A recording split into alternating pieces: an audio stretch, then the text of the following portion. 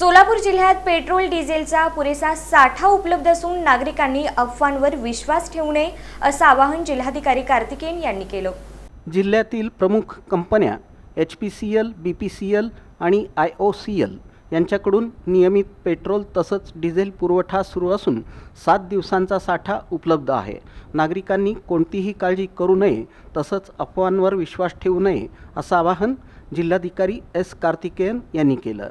जिल्हाधिकाऱ्यांच्या आदेशान्वये जिल्हा पुरवठा अधिकारी संतोष सरडे यांनी HPCL, BPCL आणि IOCL या तेल कंपन्यांच्या डेपो व्यवस्थापक आणि विक्री अधिकाऱ्यांची व्हिडिओ कॉन्फरन्सद्वारे बैठक घेतली।